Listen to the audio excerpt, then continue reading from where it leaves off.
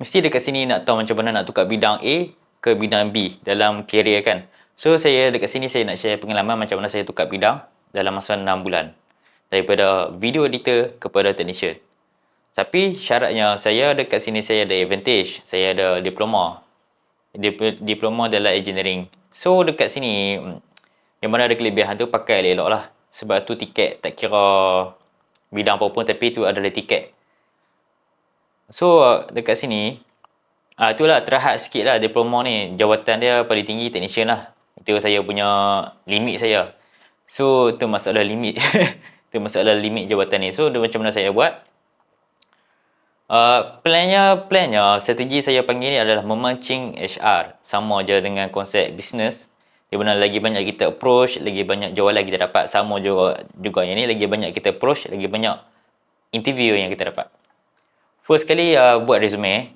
Set up resume mengikut ATS friendly, okay? Itu first lah. Gunakan bantuan ChatGPT tapi jangan suruh ChatGPT yang tulis. Jangan. Tu syarat first lah. Sebab HR ni dia akan tapih tau. Dia akan tapih keyword, dia akan pilih lah yang mana yang keluar ikut tapisan tu. Cuma yang jangan copy paste resume tu itu dianggap tak berkat. Tu saya punya kefahaman tak berkat lah. Sebab bukan kita yang tulis. So baik kita yang tulis dan minta ChatGPT tolong tambah baik je. Yang kedua ni, apply jawatan paling bawah yang ada dekat organisasi tu, okey.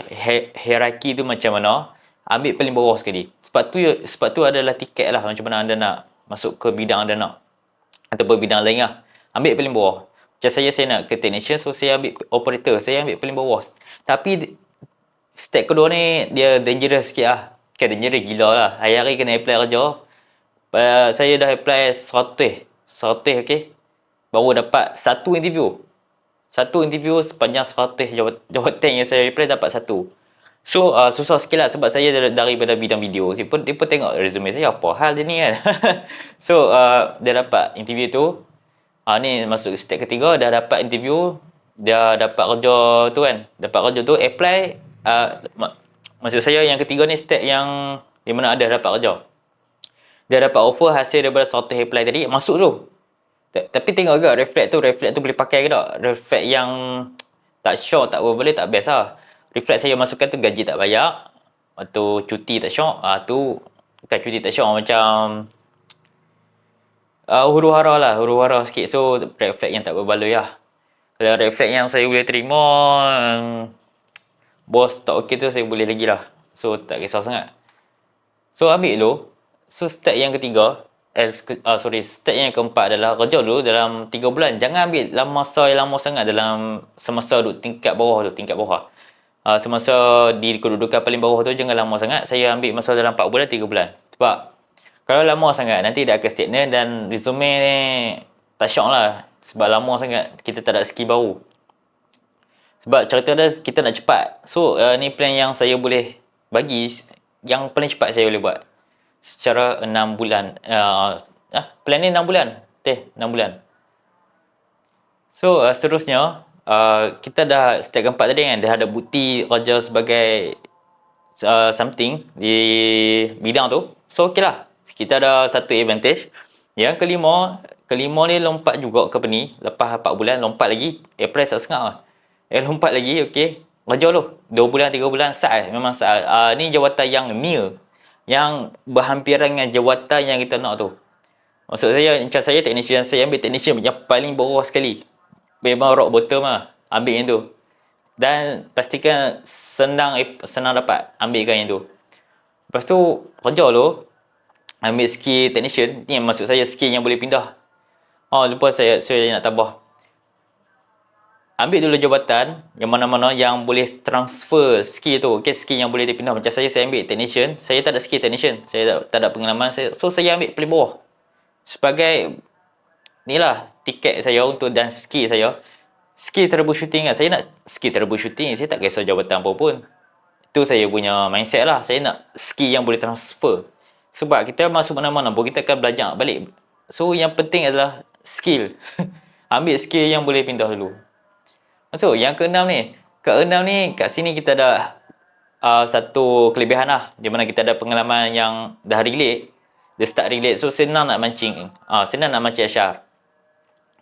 Part ni ekstrim juga. Saya satu lebih lah, 150 lebih, 150 kat atas lah saya apply kerja, dapat 4 interview. So okey lah, makin positif lah saya punya umpan ni. Umpan saya makin baik. Saya interview 4 ni, saya dapat 2 offer dan saya ambil satu ni yang sekarang. Itulah macam mana saya buat. So step yang terakhir ni, dapat kerja baru tu, lompat tu jangan tunggu lama sangat, sebab peluang tu datang sekali je. Tapi dengan syarat kena ada duit backup. Semasa 3 bulan kerja tu, backup duit dulu, sebab kita nak lompat cepat. Lompat cepat ni kita dah langgar kontrak, di mana notice kena letak sebulan kan. Dia ada law dekat situ. So cara nak bridge adalah memang boleh pun sebenarnya, kita kena bayar lah. So saya bayar baki hari yang bekerja tu. Stepnya kena ada duit backup tu lah, dengan yang kerja sebelum tu. Kena ada duit backup tu plannya, sebab kita nak cepat dalam masa 6 bulan ni. Kita nak cepat, so kita perlukan kuasa duit. Duit ni memang function dia untuk cepatkan proses kita. Kita kena faham konsep duit dulu, faham konsep duit, faham konsep bisnes, apply dalam kira. Itu aja plan yang saya buat.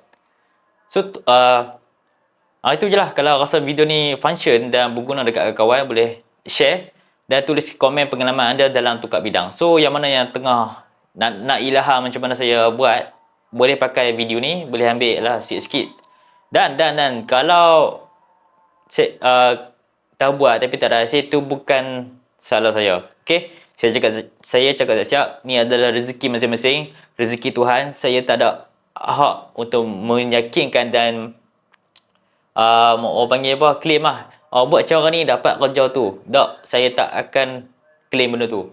Ni adalah atas usaha dan rezeki. Okay, itu saya punya konsep dan mindset yang paling penting lah untuk apply step-step ni adalah berani ambil risiko. Jangan takut, jangan hiraukan apa orang kata. Okay, let's go.